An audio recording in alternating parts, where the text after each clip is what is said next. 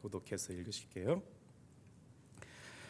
내게 주신 은혜로 말미암아 너희 각 사람에게 말하노니 마땅히 생각할 그 이상의 생각을 품지 말고 오직 하나님께서 각 사람에게 나누어 주신 믿음의 분량대로 지혜롭게 생각하라. 우리가 한 몸에 많은 지체를 가졌으나 모든 지체가 같은 기능을 가진 것이 아니니 이와 같이 우리 많은 사람이 그리스도 안에서 한 몸이 되어 서로 지체가 되었느니라. 우리에게 주신 은혜대로 받은 은사가 각각 다르니 혹 예언이면 믿음의 분수대로 혹 섬기는 일이면 섬기는 일로, 혹 가르치는 자면 가르치는 일로, 혹 위로하는 자면 위로하는 일로 구제하는 자는 성실함으로 다스리는 자는 부지런함으로 긍휼을 베푸는 자는 즐거움으로 할 것이니라.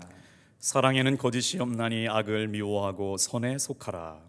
형제를 사랑하여 서로 우애하고 존경하기를 서로 먼저 하며 부지런하여 게으르지 말고 열심을 품고 주를 섬기라. 소망 중에 즐거워하며 환난 중에 참으며 기도에 항상 힘쓰며 같이 읽겠습니다. 성도들의 쓸 것을 공급하며 손 대접하기를 힘쓰라. 아멘. 오늘 로마서 12장 3절에서 8절의 말씀을 가지고 이런 교회를 찾습니다 라는 제목의 말씀의 은혜를 나누겠습니다.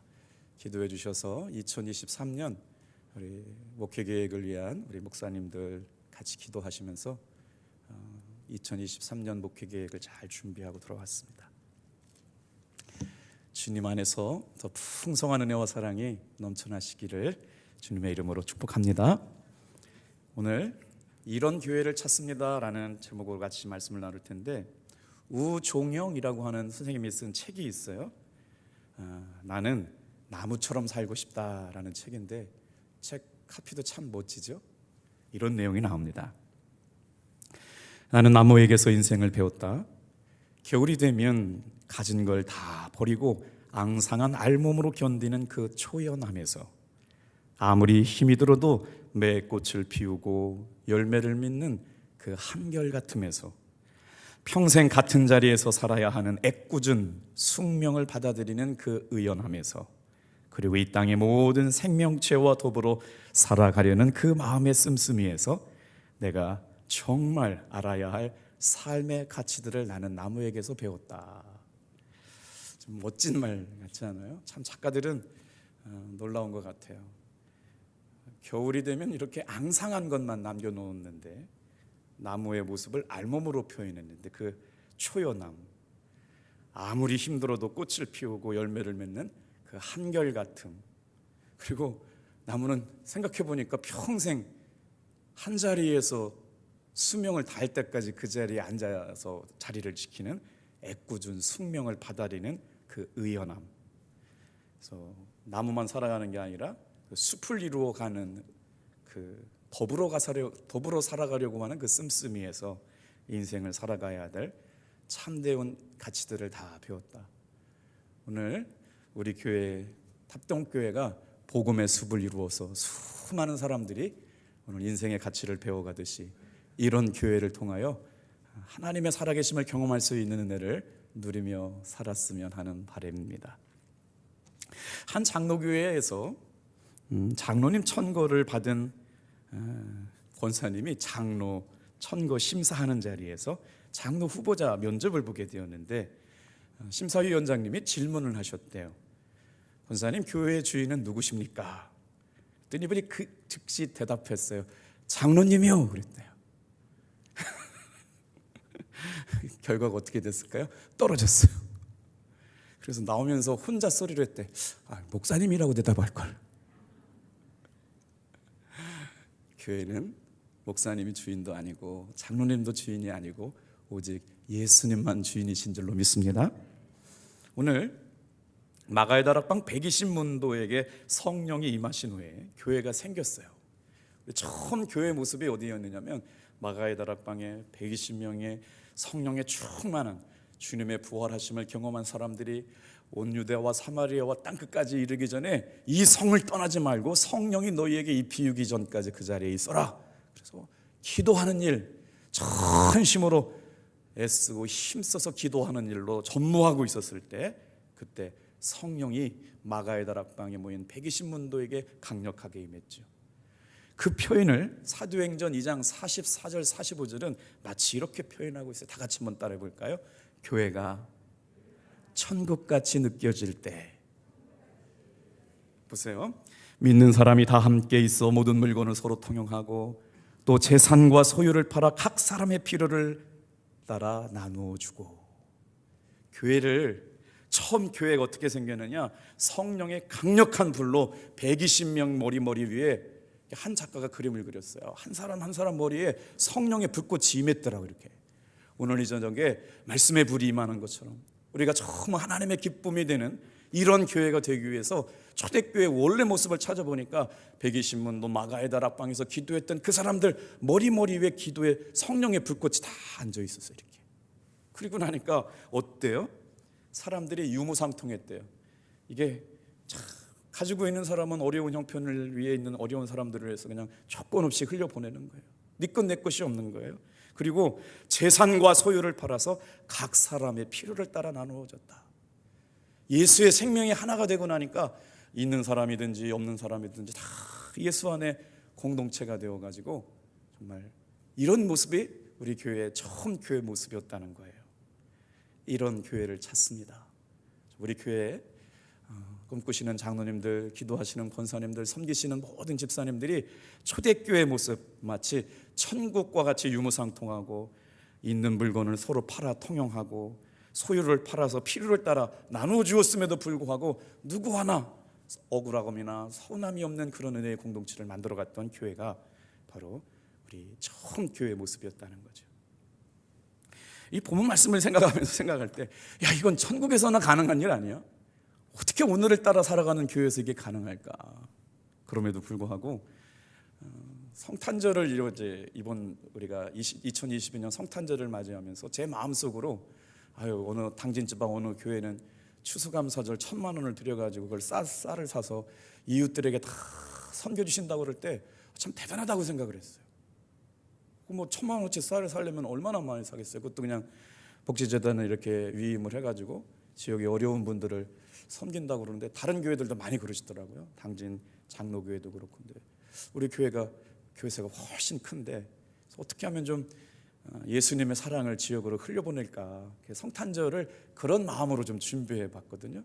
우리 성도님들이 그 희망상자에서 그거를 50개를 만들어 주셨어요. 그것이 정말 예수님의 사랑을 타고, 어떤 시인이 노래했어요. 예수님의 사랑은 손끝을 타고 온대요.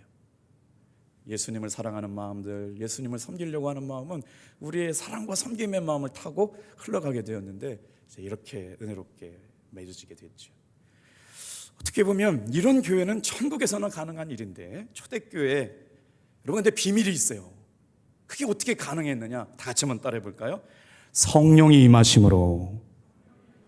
그러니까 억지로 된 것이 아니고, 그런 교회가 어떻게 되느냐? 성령이 임하시고 나니까 그렇게 된 거예요. 사랑하게 되고 섬기게 되고 아주 그냥 모이게 되고 기도하게 되고 뜨겁게 사랑하게 되고. 그러니까 어떻게 되냐면 그 교회에서 자꾸 막 기적이 일어나는 거야. 상상할 수 없는 일들이 일어나는 거예요. 용서가 일어나고 화해가 일어나고 정말 생명이 살아나는 역사가 막 일어나는 그런 교회가 됐죠. 저도 생각해 보니까 어려서 19살 때까지 다녔던 세례받은 우건감리교회, 그리고 대학생 되어서 대학원 다닐 때까지 다녔던 경신감리교회, 그리고 목회했던 충만한 교회, 그 다음에 이제 탑동교회. 제 인생의 교회는 4개 교회였는데 저에게 있어서 가장 아름다운 교회, 가고 싶은 교회, 보고 싶은 교회, 지금도 가라고 그러면 그 교회를 가겠어요. 저는 우건감리교회. 왜 그랬을까요? 우건감리교회는 하나님을 뜨겁게 사랑하는 할머니, 할아버지, 아버지, 어머니, 그리고 제 사랑하는 친구들, 그리고 저를 정말 너무나도 사랑해 주셨던 사모님, 목사님이 계셨던 그 교회만 생각하면 그렇게 아름다울 수가 없어요. 제가 목회하면서 교회의 분열이나 교회의 아픔을 경험해 보지 않고 제가 목회하는 것도 저는 참 감사하다는 생각이 들었어요. 제가 다녔던 우건교회는 한 100명, 120명 정도 모이는 시골교회였는데 한 100호가 모여 사는 우건리 안에 다 예수 믿는 사람들. 이게 저희가 우곤 2구 살았거든요. 1구, 2구, 3구, 4구가 사는데 1, 2, 3구가 우곤교회 선교 지역이었어요. 거기서 모인 사람들이 장례가 나면 교회 마당에 와가지고 다 권사님 장로님을 아파하고 슬퍼하고 장례하면서 천국 환송 예배드리고, 교회에서 결혼식이 열리면 온 동네 사람들, 마을 사람들이 모여서 잔치하고 말이에요.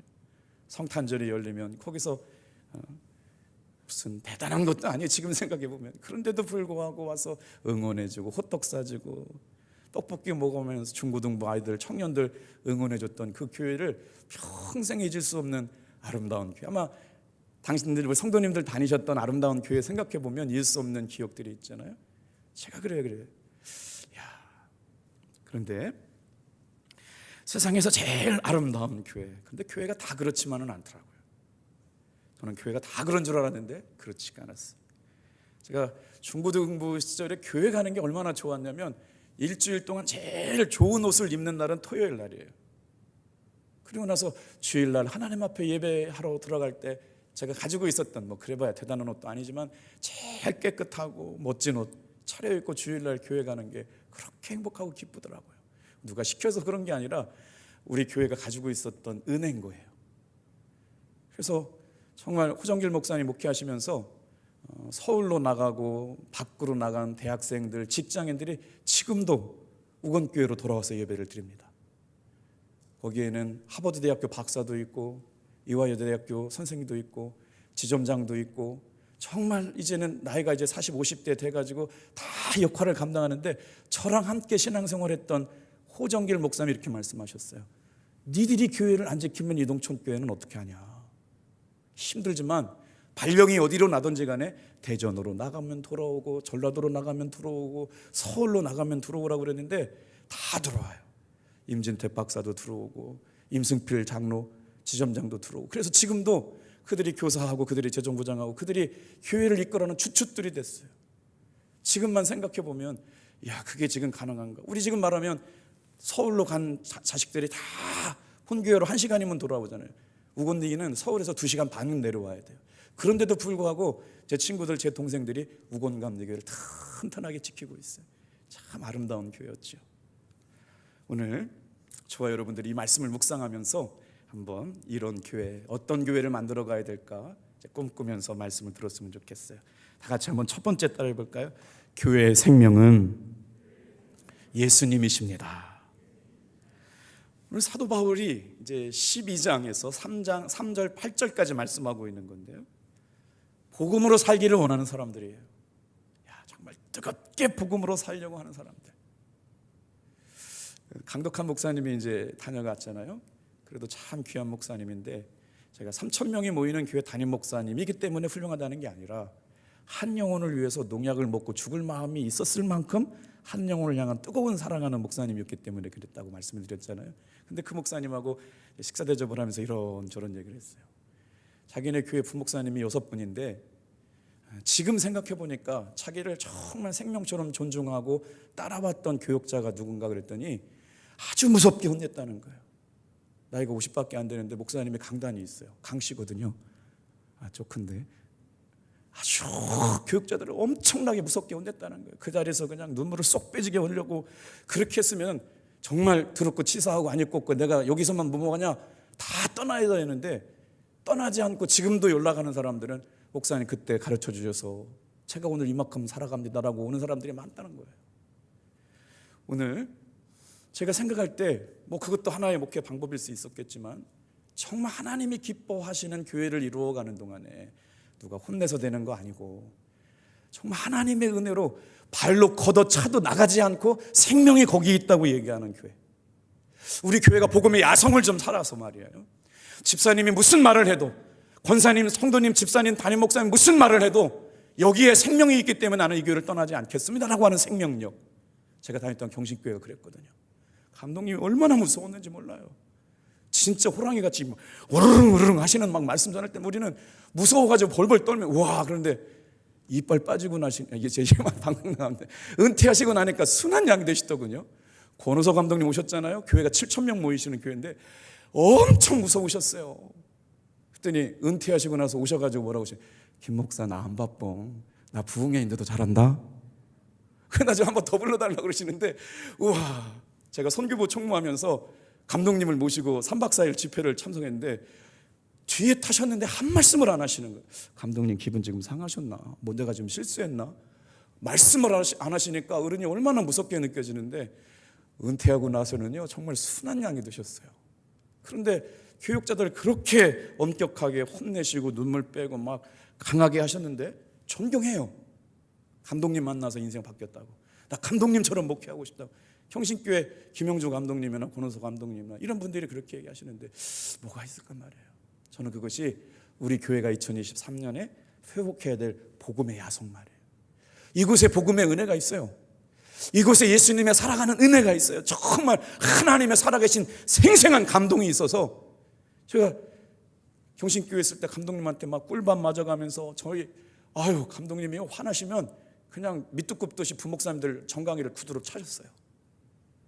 신학생들 정신 못 차려 새벽기도 시간에 졸고 있으면 그냥 와가지고 그냥 주먹으로 머리를 막 팍팍 치고 오늘부로 당장 나가라고 그러셨어요. 제가 얼마나 눈물을 많이 흘렸는지 몰라요. 그때 순수해가지고 우리 감독님 마음을 내가 아프게 해가지고 새벽 시간부터 못난 신학생 때문에 감독님 마음 불편하게 했다고 회개를 많이 했어요. 근데 감독님이 저한테 그러셨어. 김석기 저거는 목회는 잘할 거라고 그랬어요. 순수하다고.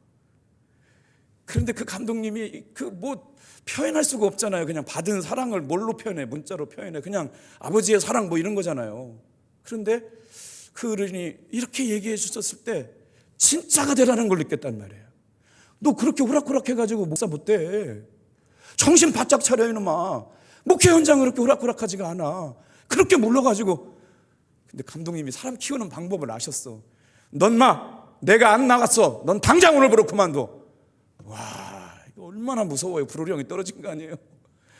그런데 또 뒤로 오셔가지고는 또 다른 분 통해서 다 위로하고 막 등 두들겨주고, 그 목사 전사님 혼내려고 혼낸 게 아니고 이렇게 많은 성도님 중에 전사님 이름 부른 게 사랑이요. 그게 사랑이었어요. 이름 불러준 게 사랑이래요. 그래서 얼마나 눈물로 회개하고 그랬는지 몰라요. 그런데도 지금 생각해보면 30년이 지났잖아요, 제가. 그런데도 평생 잊을 수 없는 고마움과 감사가 있어요. 저와 여러분이 다니는 교회에 다 같이 한번 따라합시다. 교회의 생명은 예수님이십니다. 그러니까 우리가 어떤 것들 말고요, 정말 생명력 있는 복음, 아니면 급진적인 복음. 만나교회 김병산 목사님이 레디컬 복음이라고 하는 걸 썼는데, 살아 움직이는 복음 말이에요. 막 심령이 움직여요. 주체할 수가 없어요. 막 뜨거워요. 견딜 수가 없어요. 복음을 전하지 않으면 감당할 수가 없는 막 이 열정들이 마음속에 불이들 일어나는 거예요. 왜? 주님의 은혜가 막 임하니까. 이게 지금 초대교회 모습 아니었을까요? 사도행전 2장 로마서 12장 말씀. 그래서 예수로 살아내는 복음, 자신을 주님께 산 제물로 드리고 싶었던 마음, 이런 마음의 고백을 가지고 신앙생활했던 초대교회 모습, 그것이 어떻게 드러나야 되느냐, 다 같이 한번 따라해 볼까요? 성도와의 관계로. 이 생명력은 그냥 나만 혼자 막 뜨거워가지고 견딜 수가 없는 게 아니라, 이 복음의 충만함은 성도와의 관계로 나타나야 되고, 교회 안에서 이런 복음의 생명력이 나타나야 된다는 거예요. 초대교회, 정말 이런 교회를 찾습니다라고 말씀하시는 주님의 은혜, 어떻게 보면 이 말씀이 저는 너무 은혜가 됐어요. 오늘 이렇게 갔다 오다가 묵상을 했는데, 나는 나무처럼 살고 싶다. 내가 가지고 있는 게 다 발가벗겨졌어요. 앙상한 나만 남았는데 그 부끄러움을 이겨내는 초연하며 나무 같은 초연함. 아무리 힘들어도 매해가 되면 꽃을 피우고, 꽃이 핀다는 건 열매를 맺는다는 거잖아요. 속장이 아무리 힘들어도, 교사가 아무리 힘들어도, 성가대가 아무리 찬양대가 힘들어도, 속장이 아무리 힘들어도 그 한 해를 이겨내면서 꽃을 피우고 열매를 내는 한결같은 나무.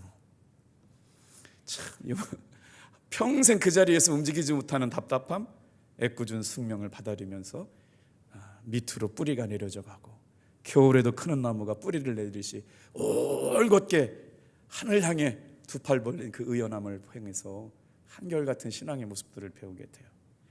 자, 오늘 교회 생명력 안에 우리 교회가 그런 생명력을 가지고 신앙생활을 했으면 좋겠다는 마음이 들었습니다.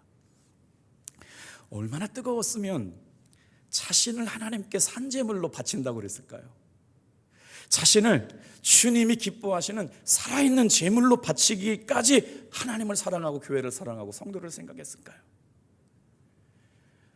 우리 목사님들이 가지고 있는 컴플렉스가 하나 있어요. 첫째는 좋은 목사 컴플렉스, 그 다음에 착한 목사 컴플렉스, 그리고 교회를 성장시키는 목사의 컴플렉스. 목사님들은 다 착하죠. 그리고 정말 좋은 목사님이잖아요. 그리고 다 목회를 잘 하시잖아요. 그런데 그렇지 못할까 봐 항상 컴플렉스를 갖고 있어요.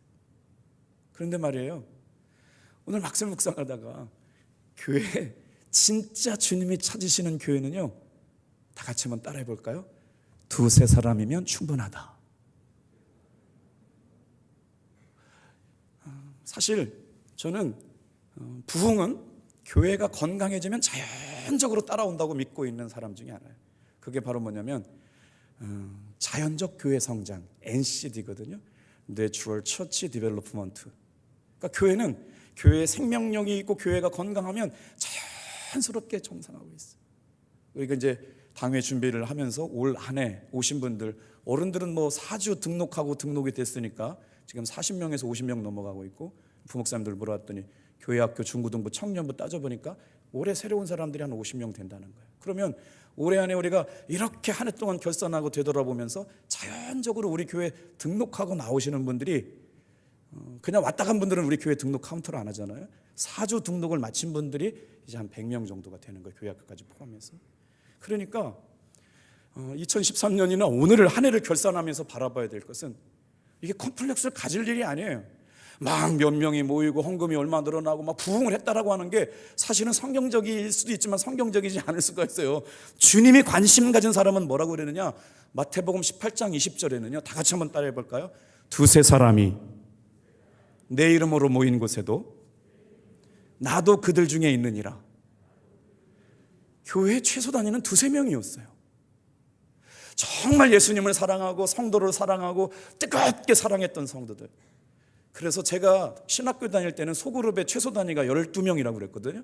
예수님의 12제자 그래가지고 소그룹의 최소 단위가 12명인데, 요즘을 소그룹을 인도하는 정말 소그룹이 살아있는 교회. 제가 전부 다 동일교회는 알지 못하지만 유은성 전사님이 동일교회 금요 철회를 갔다 오면서 저하고 이제 같이 식사를 하는데, 목사님 거기는 금요일 날 철회가 1000명 모입니다. 깜짝 놀랐대요. 아직도 금요 철회가 1000명 모이는 교회가 있나? 근데 거기는 이미 오래전부터 셀 교회로 전환된 교회예요. 생명이 생명을 낳고 또 생명이 또 생명을 낳고, 충성된 제자가 또 다른 제자를 낳고 또 다른 제자가 또 다른 제자를 낳으면서 수십 수년 동안 쌓아온 생명이 생명을 낳는 복음의 재생산 구조가 가능한 교회가 되었기 때문에 강력한 교회가 된 거죠. 우리 교회도 잘 보세요. 지금 정말 하나님이 기뻐하신 교회는 수천 수만 명이 모이는 교회보다 어떤 교회였냐면, 따라해 주실래요? 두세 사람이 모이면 예수님이 주인 되는 교회. 이게 교회 원형이에요. 그래서 제자 훈련하는 거예요. 그래서 믿음반 훈련하고, 그래서 제자 훈련하고요. 지금 20살 청년들이 믿음반에서 얼마나 열심히 따라오는지 몰라요. 남철민 목사님, 청년들 20살 아이들이 지금 믿음반을 따라오면서 꿈을 꾸고 복음이 뭔지 알고 예수의 제자가 되겠다고 막 하는데, 상현이라는 애가 이제 미국에 가서 이제 태권도를 하게 되거든요. 그러면서 그래요. 목사님, 저는 나중에 워싱턴에 살아도 주일날마다 비행기 타고 오겠습니다. 그랬어. 이쁘죠? 불가능한 얘기죠. 어떻게 주일마다 비행기 타고 와요. 근데 지금 마음은 그렇다는 거예요. 오늘 우리가 몇 명이 모이네, 얼마나 성장, 그것 다 정말 중요한 거예요. 왜? 살아가는 지표니까. 그런데 정말 교회의 원형은 뭐냐면, 두세 사람이 모인, 예수님의 이름으로 모인 곳에서도 주님은 그들 중에 있겠다고 말씀하셨어요. 이게 어딜까요? 속회예요. 교회 안에 교회. 그러니까 우리 속회가 정말 예수님의 사랑으로 삶을 나누고 은혜를 나누고 말씀을 나누는 곳, 사실은 3명이면 충분한 교회라고요. 그들 중에 내가 함께 있다고 말씀하셨으니까, 우리 속장님, 부속장님은 그 교회를 담임하고 있는 담임 목사님이에요. 속회로 모일 때 여러분 은혜가 충만하기를 축복합니다. 만나고 싶고 모이고 싶고 정말 함께하고 싶고, 그래야 기도 제목 나누죠. 그래야 나의 연약함 나누죠. 그래야 나의 부끄러움 나눠주고 흉금이 드러나지 않고 신뢰하고 나눠줄 수 있는 그런 속회 말이에요.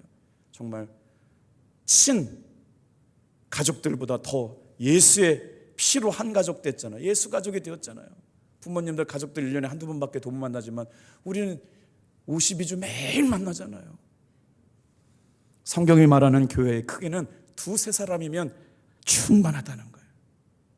어떤 사람들은 예수님의 12제자를 빗대어서 교회 원형은 12명으로 보는 견해도 있지만, 요즘은 점점 소그룹의 단위가 두세 명으로 이렇게 축소되고 있고, 예수님께서 말씀하신 것도 그래요. 어떻게 그런 교회가 됐냐는 거예요. 어떻게 그런 교회가 되느냐? 아까는 말씀드렸잖아요. 다 같이 한번 따라해 보실까? 성령이 임하심으로. 그렇게 된 것은 성령이 임하신 성도들이 있었기 때문에 가능했다는 거고, 두 번째는요, 다 같이 한번 또 따라해 볼까요? 예수님이 주인 되었기에. 그러니까 오늘 우리가 목회를 한 해 동안을 결산해보고 새로운 계획을 준비하면서 정말 내 삶에 예수님이 주인이 되었는가를 물어보면 돼요. 우리의 신앙의 삶에 정말 예수님이 내 삶의 주인이 되었는가? 이게 바로 주님이 찾으시는 교회 아닐까 싶습니다. 자, 베드로가 뭐라고 말했어요? 주는 그리스도시요 살아계신 하나님의 아들입니다. 예수님께서 이 고백을 들으시고 내 교회를 이 믿음의 고백 위에 세운다고 그랬거든요. 이 믿음의 고백에 내 교회를 세운다. 그러니까 주는 그리스도시요 살아계신 하나님의 아들입니다 라고 하는 이 고백이 교회의 시작이었다. 그러면 그 교회 안에 다니고 있는 사람들의 믿음의 고백은 어떠하느냐? 주님은 그리스도입니다. 주님은 왕이십니다. 주님이 진짜 내 영혼의 구원자입니다 라고 고백하는 사람들이 되어져 가게 될 때 교회는 교회다워진다는 것이죠. 자, 오늘 한 해를 마무리하고 이제 새로운 한 해를 준비하고 기도한 때가 됐고, 또 선교회별로 총회가 시작될 때 우리의 관심은 오직 교회의 주인이 예수님 되고 우리의 심령의 주인이 예수님 되는 것에 초점 맞춰지기를 축복합니다. 두 번째 한번 따라해 볼까요? 교회는 한 몸 공동체입니다. 사실 교회 사람들이 많이 모여도요, 생명이 하나 되지 않으면 껍데기에 불과해요. 흉내만 내는 거예요. 그래서 진짜 교회는 바로 뭐냐? 예수님 때문에 예수의 생명으로 한 몸이 이루어진 교회. 이게 바로 주님의 찾으시는 진정한 공동체 아닐까요? 성도들과 주님과 끊임없이 연합하고 한 몸을 이루어가는 교회가 진짜 교회예요. 이게 오늘 로마서 12장 사도 바울이 꿈꾸고 있는 교회거든요. 한번 볼까요? 자, 예수님이 주인 되신 교회 특징을 알아야 우리 성도님들이 예수님이 주인 된 교회를 만들어 가려고 꿈을 꿀 거 아니에요. 사도 바울이 지금 교회에 대해서 말씀하고 있거든요. 주님이 주인 된 교회, 주님, 예수님이 내 인생의 주인 된 성도, 교회와 성도의 가장 큰 특징을 뭐라고 말씀하시느냐? 성도가 연합하고 하나 된 거래요. 어느 정도일까요? 5절 말씀 좀 한번 읽어볼게요. 자, 오늘 12장 5절 말씀 같이 한번 읽어볼게요. 시작. 이와 같이 우리 많은 사람이 그리스도 안에서 한 몸이 되어 서로 지체가 되었느니라. 사도 바울이 지금 교회는 한 몸 공동체라고 말씀하시면서 수많은 사람들 중에 다른 어떤 사람이 아니라 그리스도 안에서 한 몸이 되어 서로가 지체가 되었어요. 뗄래야 뗄 수가 없는 사람들이에요. 예수님 때문에 그 예수님이 주인이십니다라고 고백하는 그 믿음의 고백 안에 뗄래야 뗄 수 없는 한 몸을 이룬 공동체가 됐다고요. 요즘에 교회에 나오시는 성도들의 패턴을 분석해 보니까, 제가 담임으로 이제 2019년에 이렇게 담임이 됐잖아요. 그때 안녕하세요, 저 이 교회 다니는 누구누구입니다라고 인사한 분이 5년이 제가 이제 지났잖아요. 2018년에 왔잖아요. 제가 본 기억으로는 교회에 3번, 5번밖에 안 나오셨더라고요. 5년 동안. 지금 우리 교회에도 예배를 드리면서 주일날 3, 4년이 지났는데도 등록을 안 하시고 다니신 분들이 계세요. 왜? 부담스러우니까. 상처받을까 봐. 교회, 여러분, 우리가 정말 이런 교회를 찾는다고 할 때 이 본질이 바로 뭐예요? 우리같이 이렇게 많은 사람들이 예수님 안에서 한 몸을 이루는 교회, 끊임없이 교회는 교회 그냥 구경만 하러 오는 거 아니고요, 그냥 예배만 드리며 그것도 귀하지만 한 몸을 이루어 간다는 게 교회라면 우리가 어떻게 성도들을 섬기고 예배하고 함께 그들과 한 몸을 이룰 수 있을까를 지향해야 되지 않을까요? 그래서 엄밀히 말하면 교회 안에 교회에 가장 생명력을 가질 수 있는 여러분 조직이 뭘까요? 속회입니다. 속회. 교회 안에 교회예요. 2023년 여러분 우리 교회가 더 한 번 속회 안에서 복음의 생명력을 가지고 주님의 생명이 속회 안에 한 몸 공동체를 이루어갈 수 있도록 여러분 기도하시고 관심 가져주시길 주님의 이름으로 축복해요. 말씀하잖아요. 그리스도 안에서 한 몸이 되어 서로 지체가 되어가는 거예요. 사도 바울은 이거를 교회의 비밀이라고 얘기했어요. 교회의 비밀은 예수님 안에서 가족이 돼서 예수 가족으로 살아가는 사람들. 그러니까 엄격히 말하면 예수님이 주인 된 사람들의 모임, 에클레시아라고 하는 건 주님과 한 몸이 된 거예요. 그 주님과 한 몸이 되어 살아가는 건 주일날 대회 예배는 모여서 말씀 듣지만 다 흩어지잖아요. 흩어진 사람들이 가정마다 모이는 교회가 어디냐면 그게 속회요. 속회가 교회입니다. 얼마나 귀한 거예요. 그러니 속회를 담임하고 있는 속장님, 담임 목사님이신 거예요. 부속장님, 부담임 목사님이셔서 맡겨주신 영혼들에게 말씀을, 생명의 말씀을 공급하고 영혼을 돌보고 그들이 울타리 밖으로 나가 있는지 영적으로 흔들리거나 어려움을 겪고 있는지를 살펴보는 신령상의 형편을 누가 살펴보느냐? 영적 리더니 속장님에게 그게 권한이 있다는 거예요. 책임이 있고요. 2023년에는 우리가 속회를 건강하게 만드는 일을 마음 썼으면 좋겠어요. 자, 그런 다음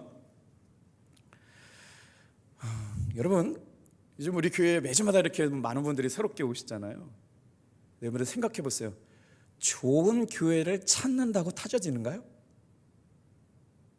주님은요 어디도 교회를 찾으라고 말씀한 말씀은 없어요. 다 같이 한번 따라해 보세요. 교회를 세워라. 예를 들어서 가정이란 걸 생각해 볼게요. 우리가 태어날 때 이철 감독님도 태어나시니까 목사님, 감리교 목사님 아들로 태어나가지고 목사가 되셨다고 그러더라고요. 내가 가정이라고 하는 걸 선택할 기회가 없어요. 주님이 그냥 만들어주신 것대로 살아갔잖아요.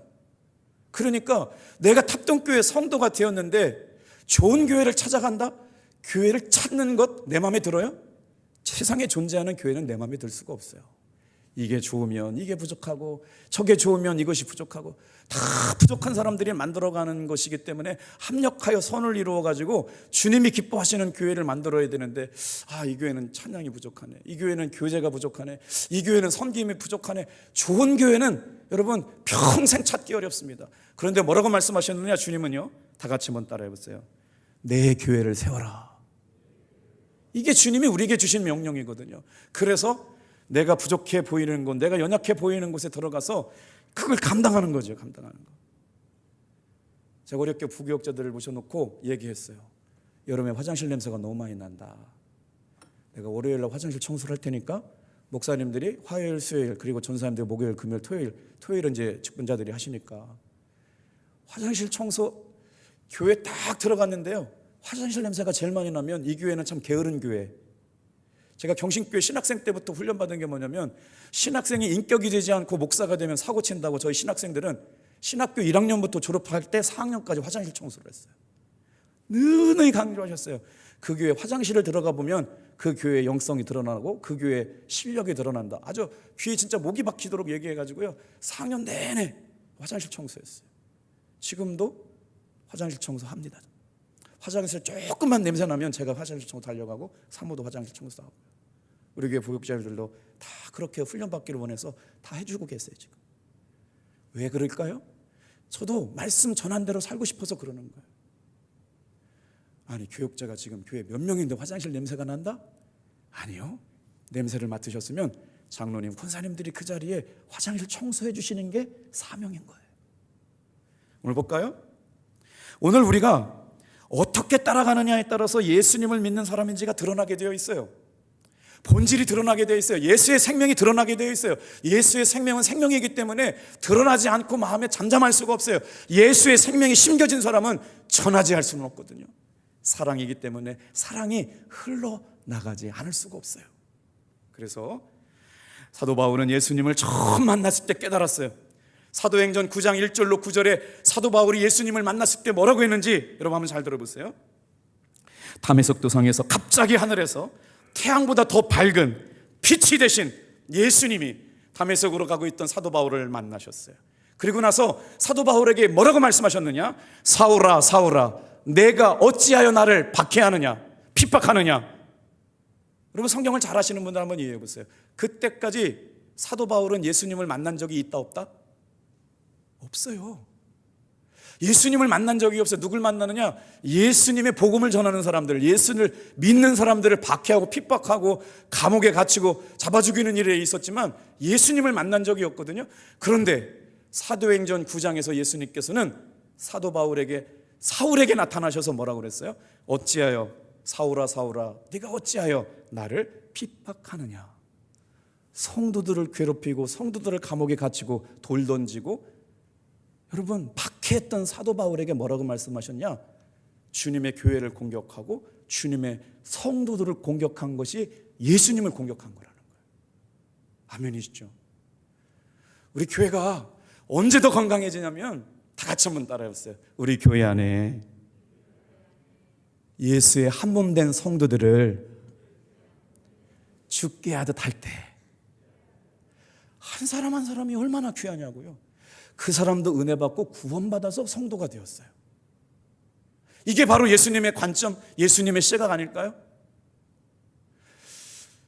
처음에 목회를 나갔는데요, 정말 예배만 끝나고 나면 방석에 죄송해요 실례를 하고 가시는 당뇨병 할머니가 계셨어요. 이분의 전직은 술집 마담이셨어요.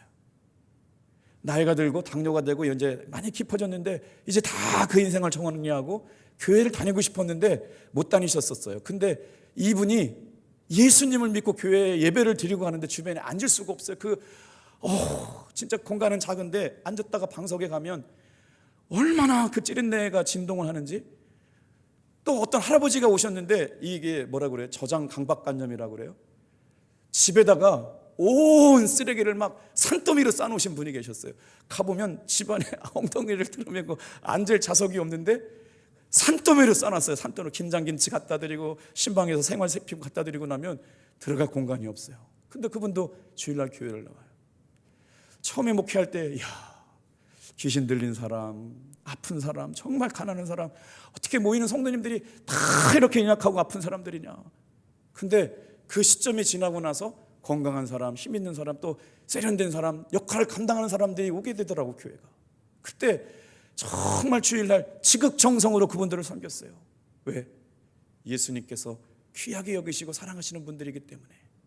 오늘 여러분 우리 교회 안에 예수님의 관점으로 한 사람 한 사람을 죽게 하듯 섬길 수 있는 교회가 될 때 주님이 찾으시는 교회가 될 줄로 믿습니다.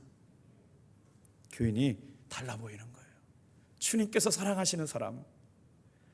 사도 바울이 예수님을 처음 만났을 때 사울아 사울아 네가 나를 어찌하여 박해하고 핍박하느냐라고 물으셨던 주님은 성도들을 괴롭히고 성도들을 힘들게 했던 것이 다 예수님을 공격하고 예수님을 핍박했다고 사도 바울에게 말씀하셨던 거죠.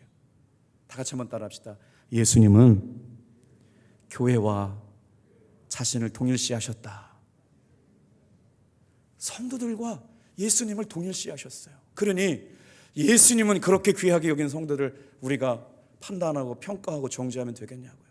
주님의 은혜로 구원받은 지체가 되었다고요. 다 같이 한번 따라합시다. 예수 안에서 한 몸 공동체를 이루라. 이게 주님이 정말 오늘을 살아가고 있는 산대교회에게 성도들에게 요구하시는 거예요. 예수님이 주인 되고 그 예수님이 주님이십니다라고 고백하는 사람들과 한 몸 공동체로 여기면서 서로가 다 주님 앞에 죽게 하듯 하는 교회를 만들려고 하는 것이죠. 이제 마지막으로 한번 따라해 볼까요? 주신 은사대로 섬기는 교회. 그러니까 교회는 뭐예요? 예수님이 주인이시죠. 그리고 예수님을 주인으로 모신 사람들의 연합체예요. 그러니 결국 속회가 교회라고 말씀을 드렸는데 속회가 40개 모여서 연합체를 이뤘어요. 그리스도의 몸을 이뤘어요. 이게 탑동감리교회라고 하는 거죠. 그러니 교회 속해마다 다 살아나야죠. 다 생명이 예수님이 생명이고 주인 되시고 한 지체가 되어가지고 아프면 아프고 울면 울고 기뻐하면 기뻐하고. 오늘 12절도요 뒤에 말씀이 한 말씀도 그냥 허투루 지나갈 말씀이 없어요. 한번 볼게요. 자, 주신 은사대로 교회를 섬기는 교회를 정말 보고 싶은 거예요. 교회는 놀고 있는 사람이 있으면 안 돼요. 3절 같이 한번 읽어볼게요. 시작.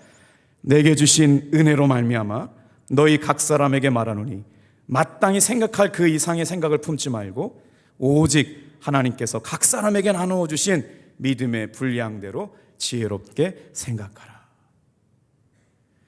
그 이상의 생각을 갖지 말고 판단하지 말라는 거예요. 예수님을 믿는 믿음 안에서 생각하고 판단하라는 거예요. 주님이 주인이시고 주님이 왕 되신 생각 이상으로 판단하고 정죄하지 말라고요. 여러분, 저와 여러분이 기준이 있어야 돼요. 예수님의 관점, 예수님의 생각, 예수님의 사랑하는 믿음으로만 말하고 판단하지 그 이상의 것, 주님을 믿는 믿음의 이상의 것으로 말하지 말고 판단하지 말라는 거예요. 놀라운 말씀 아니에요. 다 같이 한번 따라합시다. 믿음의 분량대로 생각하라. 6절 말씀 좀 읽어볼까요? 그래서 주님의 교회를 세우는 데 필요한 은사를 주셨대요. 이 저녁에 말씀을 듣고 있는 성도님 한 사람 한 사람에게 주님의 핏값을 주고 세우신 교회를 세우는데 필요한 은사를 다 나눠주셨대. 어떤 은사 주셨는지 6절 같이 읽어볼게요. 자, 시작.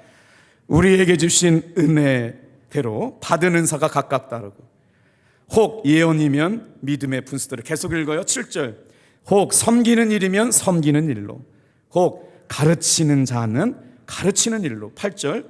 혹 위로하는 자면 위로하는 일로, 구제하는 자는 성실함으로, 다스리는 자는 부지런함으로, 긍휼을 베푸는 자는 즐거움으로 할 것이라.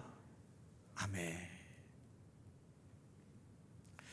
호렙산 기도회를 끝나고 우리 지난주일 새생명을 교회로 초대해가지고 행복이라고 하는 만남을 진행했잖아요. 유튜브로 평택에서 우리 주일 예배 실황, 지금도 말씀 보시고 계시겠네요. 새벽 기도까지를 계속 들었던 분이 등록을 했어요. 그리고 낮에 오셨어요. 왜 예배 시간에 못 나왔냐 물어봤더니 목사님이 수요일 날 남편 밥 잘 챙겨주라고 그래가지고 평택에서 오면 점심을 못 챙겨주니까 교회 이렇게 멀리 오는데 남편이 가지 못하게 할까봐 밥 챙겨주느라고. 그러나 제가 앞으로는 탑동교회를 등록하고 힘을 다해서 예배를 나오겠는데 나는 탑동교회 성도로 신앙생활을 하고 싶대요. 와, 정말 감동받았어요. 아프리카 부르키나 파소의 선교사님 오늘 전화 주셨더라고요. 목사님 너무 감사합니다. 성도님들의 선교비를 겨울 성탄절에 성경책을 사주고 아이들 복음 전하는 일에 사용하겠다고. 지금 동시간대로 아프리카에서도 예배드리고, 저희 누이 가족이 워싱턴에서 지금 이 시간도 때 예배드리고 있네요. 그러면서 또 예배를 드리는데 평택에서 이제 우리 교회에 성도가 한 분 생겼어요. 얼마나 감사하든지. 우리 교회가 진짜 예수 믿는 향기, 예수의 복음으로 뜨거워서 그 교회에 와보고 싶고 그 교회의 사랑을 경험해보고 싶고 그 교회 성도들의 공동체의 뜨거운 열정과 하나님을 사랑하는 마음들이 준비되면 여러분, 생명을 갈망하고 은혜를 갈망하는 사람들이 모여오고 찾아들게 될 줄로 믿습니다. 그래서 교회를 세우는데 은사를 주셨대요. 여기에 보면 몸에, 머리에, 손과 발에, 눈과 코가 있듯이 6절 8점 하나님께서 은혜 주신 은혜를 좀 살펴볼까요? 뭐예요? 예언하는 일, 섬기는 일, 가르치는 일, 권면하는 일, 나누어지는 일, 지도하는 일, 선을 베푸는 일로 우리에게 은사를 다 나누어 주셨대요. 우리 사랑하는 모든 성도들이 이 은사 안에서 여러분 마음껏 주님 앞에 헌신하시고 봉사하시는, 그래서 아무도 교회 안에 놀고 있는 사람이 없었으면 좋겠어요. 신앙생활 오래 했는데 아무것도 안 하고 교회를 다닌다? 안타까워 하셔야 돼요. 주님 앞에 섰을 때 악하고 게으른 종이라고 그러면 어떡하실 거예요? 그래서 섬기는 일을 힘써야 돼요. 가르치는 일을 힘써야 돼요. 권하는 일을 힘써야 돼요. 저는 우리 정말 이 말씀을 듣고 있는 사랑하는 성도님들께 부탁드려요.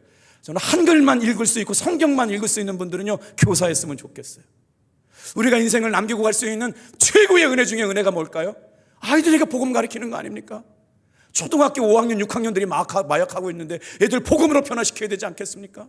30분이면 마약을 살 수 있는 마약공화국이 되어가고 있는 이 아이들 어떻게 영혼을 이겨오겠습니까? 한글만 읽을 수 있고 성경만 읽을 수 있는 분들은 예수님의 사랑으로 영혼을 사랑하는 성도들은 다 교사했으면 좋겠어요. 진짜 교사했으면 좋겠어요. 한 명에 2명 전도하는 건 쉽지만 10명 전도하는 건 없지만 10명의 교사가 10명, 한 명씩 전도하는 건 쉽잖아요. 그래서 올해가 다 가기 전에 여러분 속장이나 부속장에 헌신하시고 교사로 헌신하면서 예수 그리스도의 한 몸 이름 공동체, 여러분 말씀을 가르치는 은사보다 얼마나 귀한 은사, 교회 안에 최고의 은사 중에 은사는 말씀을 가르치는 은사예요. 생명을 이겨오잖아요. 생명을 변화시키잖아요. 운명을 바꿔놓잖아요. 얼마나 귀합니까? 속장님, 부속장님 존귀하게 여길 때마다 하나님께서 존귀하게 여기시는 거예요. 사명도 마찬가지예요. 귀하게 여길 때마다 그 귀함의 가치가 드러내는 거예요. 오늘 보세요. 7절부터 8절까지. 그러면 이제 질문하는, 목사님 저는요 은사가 뭔지 모르겠어요. 제가 가르쳐 드릴게요. 다 같이 한번 따라해 볼게요. 남보다 잘하는 거면 은사입니다. 아유, 교회 학교 찬양대가 좀 시원찮어? 나는 내가 잘하면 더 잘할, 찬양대 하셔야 돼. 교회 학교 가르치는 게 영 시원찮어. 프로그램도 그렇고 뭐도, 그러면 교사 하셔야 돼. 남들보다 잘하는 게 있으면 그분은 그게 은사인 거예요. 찬양을 잘한다, 기도를 잘한다, 섬김을 잘한다. 교통지도가 지금 우리 필요해요.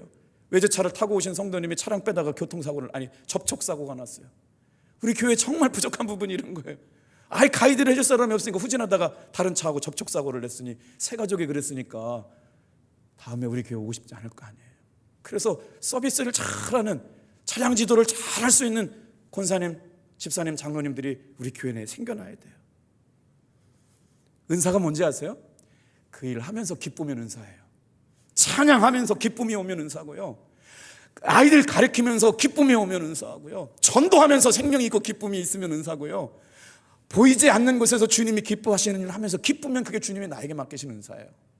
잘하는 일, 하면서 기쁜 일, 여러분 하나도 남김없이 그 일에 순종하실 수 있게 되기를 축복합니다. 자, 이제 말씀을 마치고 정리할게요. 다 같이 한번 따라해 보세요. 진정한 교회를 세워라. 그래서 뭐해요? 예수님이 어떤 분이신가 알려주고 흘려보내는 거예요. 내 안에 계신 생명이 생명으로. 그러면서 여러분 한번 보세요. 14절 같이 한번 읽어볼게요. 다음 주에 말씀을 나눌게요. 뭐 해래요? 그렇게 되고 나서 정말 주님이 찾으시는 교회는 어떤 교회냐? 다 같이 한번 따라해 봅시다. 축복의 사람이 되어라. 14절 같이 한번 읽어볼게요. 시작. 너희를 박해하는 자를 축복하고 축복하고 저주하지 말라. 15절이요. 함께하는 자가 되래요. 자, 15절 너무 귀한 말씀이거든요. 저도 이 말씀에 14절에서부터 22절도 너무 은혜가 돼요. 다음 주에 할 건데 같이요. 자, 시작. 즐거워하는 자들과 함께 즐거워하고 우는 자들과 함께 울라. 함께하는 사람. 그리고 16절이요. 형제를 돌아보는 사람이에요. 시작. 서로 마음을 같이하여 높은 데 마음을 두지 말고 도리어 낮은 데 처하며 스스로 지혜 있는 체하지 말라. 16절 형제들을 돌아볼 줄 아는 사람. 자, 18절 읽고 마칠게요. 시작. 할 수 있거든 너희로서는 모든 사람과 더불어 화목하라.